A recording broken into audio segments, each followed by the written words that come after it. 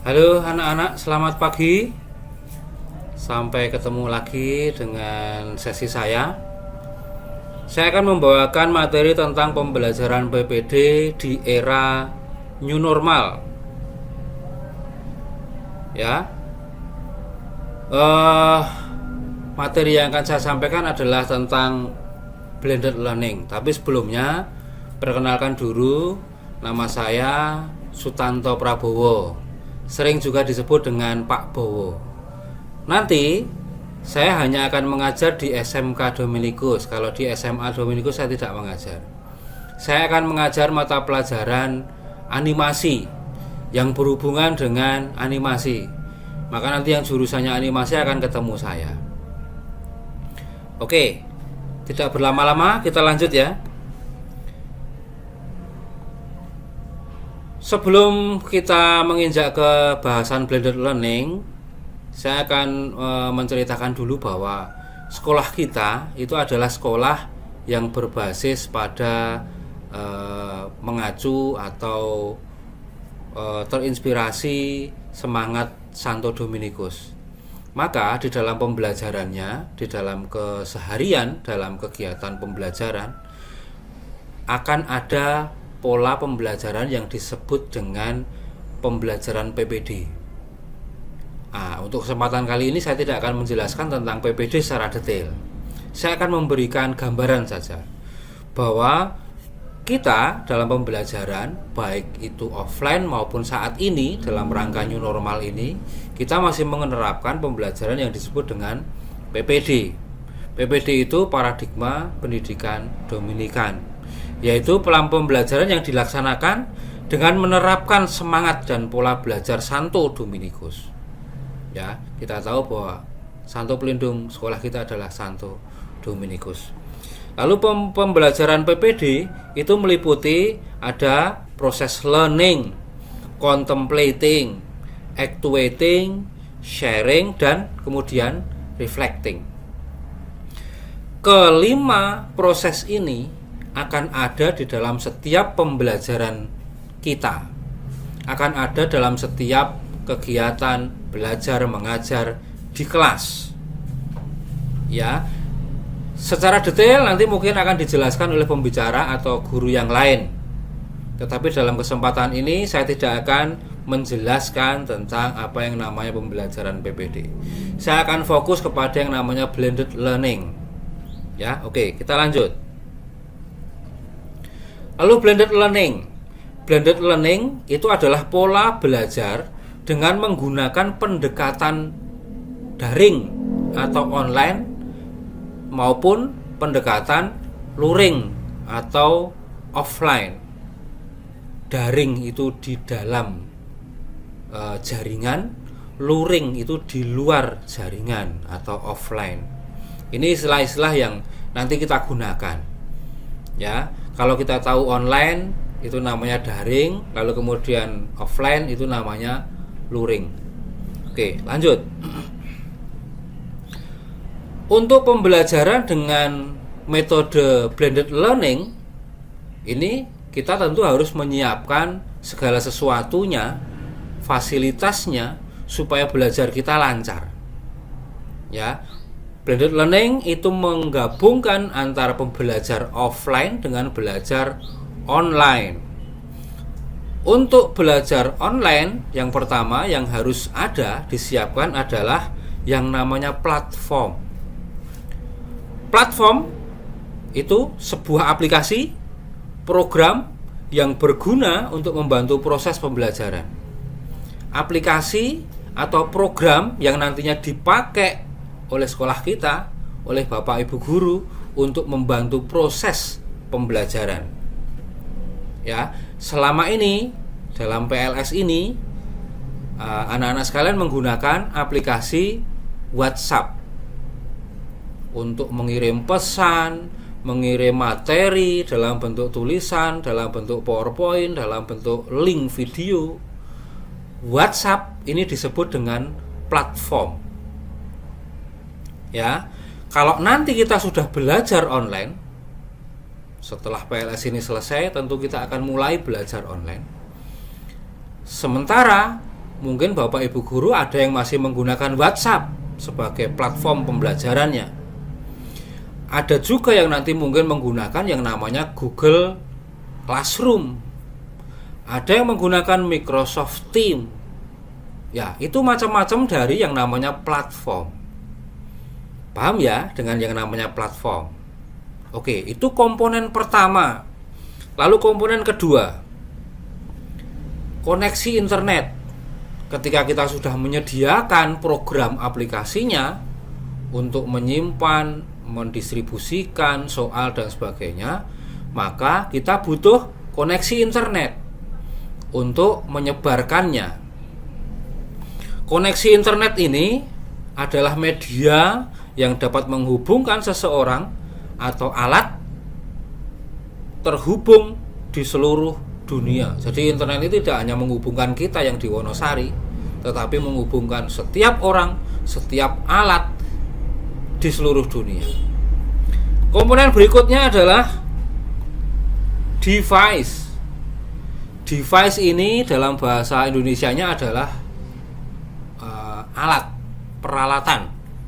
Ya, sudah ada platform, sudah ada koneksi internet, lalu untuk siswanya dibutuhkan alat. Alatnya itu bisa berupa HP, bisa berupa laptop, ya, handphone atau laptop yang tentunya sudah diinstal dengan aplikasi-aplikasi yang diperlukan. Oke, jadi ada 3: platform, koneksi internet, lalu device. Ya, paham ya? Ini 3 komponen yang diperlukan ketika kita mau mengadakan pembelajaran, kita mau sekolah, mau menyelenggarakan pembelajaran daring yang disebut dengan blended learning. Ya, maka ketiga komponen ini sudah disiapkan oleh sekolah. Tinggal para siswa semuanya. Oke, lanjut.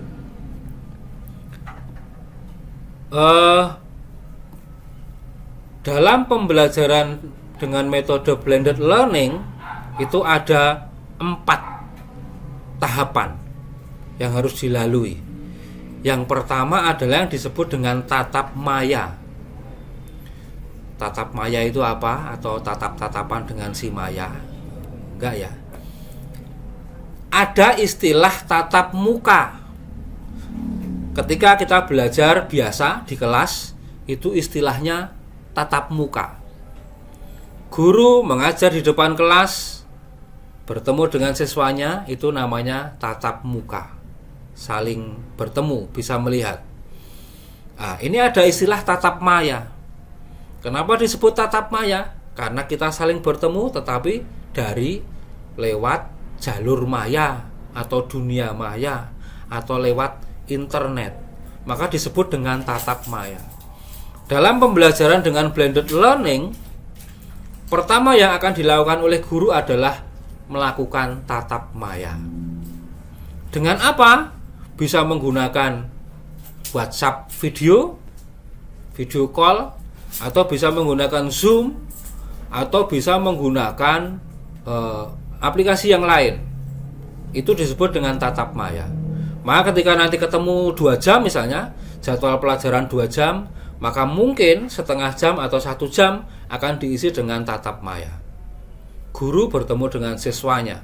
Siswa bisa melihat gurunya mengajar. Itu tatap maya. Oke. Kemudian berikutnya ada belajar online. Setelah tatap maya dilakukan, maka kemudian siswa akan diminta membuka materi, membuka dalam bentuk tulisan, mungkin dokumen, atau berbentuk PowerPoint, presentasi, atau berbentuk video YouTube dan sebagainya. Ini masih belajar secara online.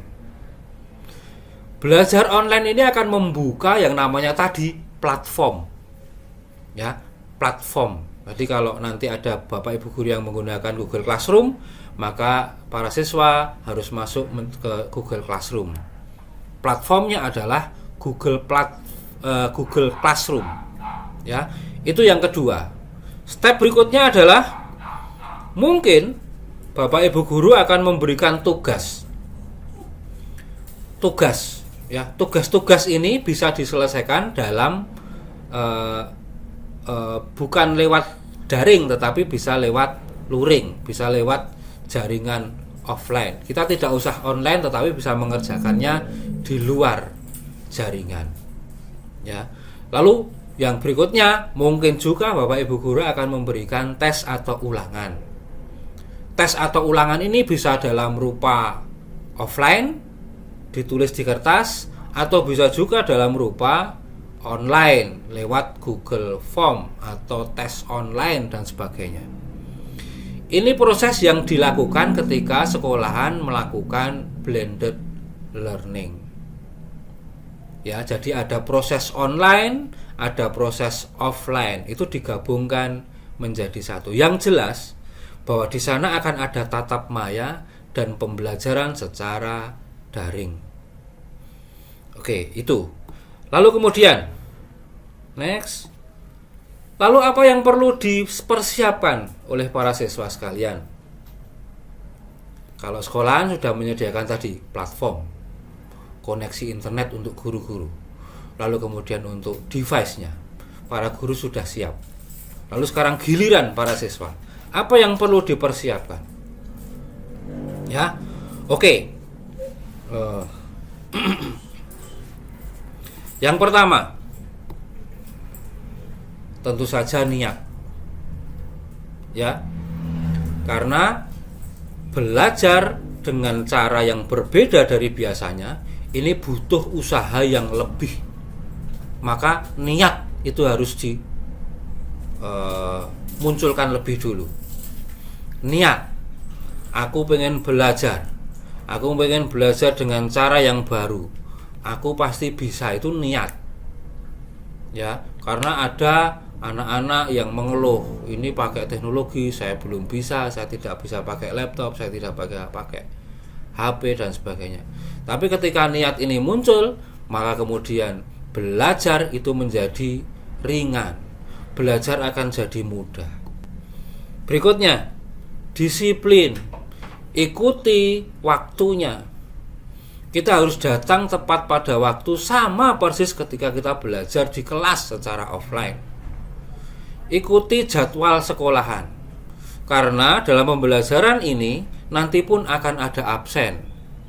Nanti pun akan ada laporan ke orang tua. Nanti pun akan ada tes yang harus diikuti siswa. Maka disiplin. Bangun tidur langsung pakai seragam. Jamnya mulai, kita sudah siap di depan laptop ataupun handphone. Ya, disiplin, tanamkan setelah niat. Niatnya ada, lalu kemudian disiplin. Ikuti waktunya sampai jam pelajaran berakhir. Lalu kemudian siapkan handphone atau laptop. Untuk yang memiliki laptop, lebih enak dengan menggunakan laptop. Tapi kalau tidak punya laptop, boleh pakai handphone saja. Yang penting handphone Android, diinstal aplikasi-aplikasinya, lalu kemudian siap di depan. Oke, tidak usah terlalu memaksakan untuk mencari handphone yang mahal. Handphone Android asal bisa pakai buka WhatsApp, sudah bisa buka aplikasi-aplikasi untuk pembelajaran, itu sudah cukup. Baik, berikutnya yang perlu dipersiapkan oleh para siswa, dan ini juga guru di sekolah, adalah kuota data atau internet. Nah, ini yang seringkali menjadi keluhan banyak siswa maupun orang tua. Kuota data lah jadi boros banget loh nanti pemakaiannya. Sebenarnya ketika kita tahu hitungannya, itu tidak terlalu boros. Logika ya, bahwa kita belajar di rumah, kita tidak pergi kemana-mana. Artinya apa? Ada satu biaya yang bisa dihemat ketika kita tinggal di rumah. Apa? Biaya transport. Kita beli bensin tiap hari. Yang kedua, jajan. Ketika siswa berangkat ke sekolah, pasti beli bensin untuk beli bensinnya itu, untuk kendaraannya. Lalu kemudian pasti minta uang saku untuk jajan di sekolah. Ya. Saat ini ada kuota internet yang hitungannya harian. Ada yang 3.000, ada yang 5.000 sehari, ada yang 10.000 sehari. Itu internet harian. Kita bisa memindahkan alokasi bensin tadi, alokasi sangu tadi untuk membeli internet harian. Kalau sangune 10.000, belikan kuota 5.000, masih sisa 5.000 untuk satu hari itu. Kalau sangune 15.000, ya sisanya malah tambah banyak. Oke, itu jadi hitungannya seperti itu. Maka ketika Bapak Ibu di rumah membelikan kuota, kalian berhitungnya seperti itu. Jangan boros-boros.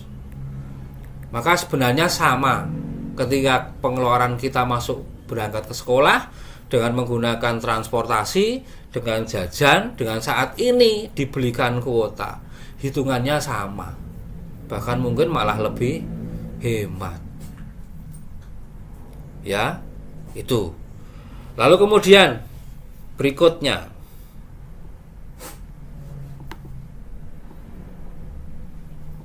ya. Lalu bagaimana jika ada masalah?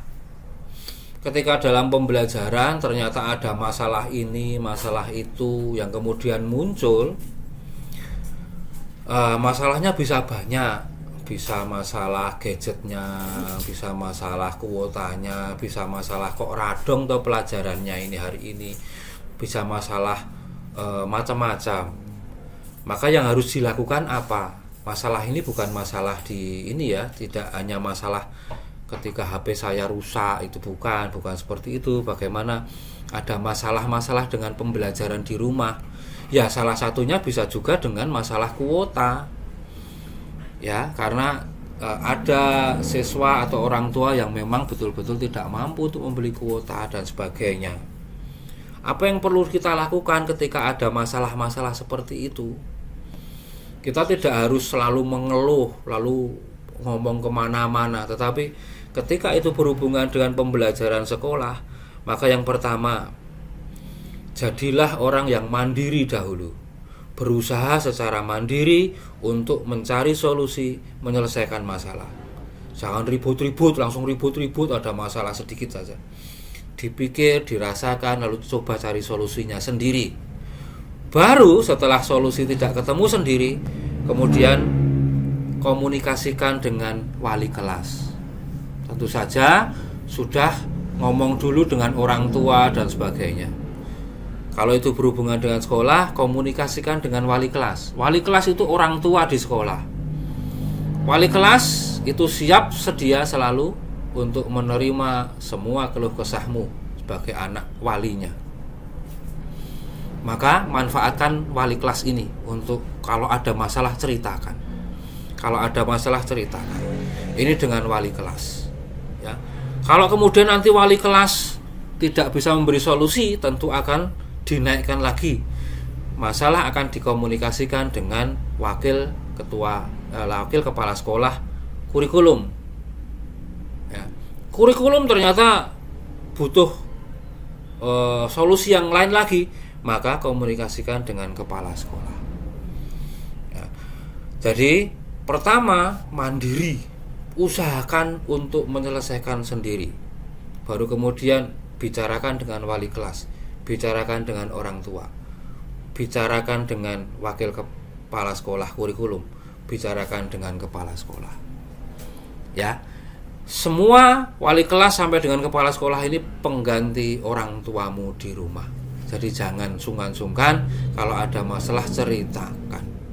Maka sekolah, kepala sekolah, semua guru di sekolah akan dengan senang hati membantu ketika itu kamu keluhkan. Dan kami, para guru, karyawan itu bisa membantu, pasti dibantu. Oke, itu. Lalu kemudian, apakah pembelajaran secara blended learning atau secara umum ada pembelajaran online ini hanya dilakukan di Wonosari sekolah kita saja, atau hanya DIY saja, Yogyakarta saja? Tidak. Pembelajaran online ini dilakukan oleh teman-teman kita, sekolah-sekolah yang ada di seluruh Indonesia. Tidak hanya itu, seluruh dunia pun saat ini masih sekolah online.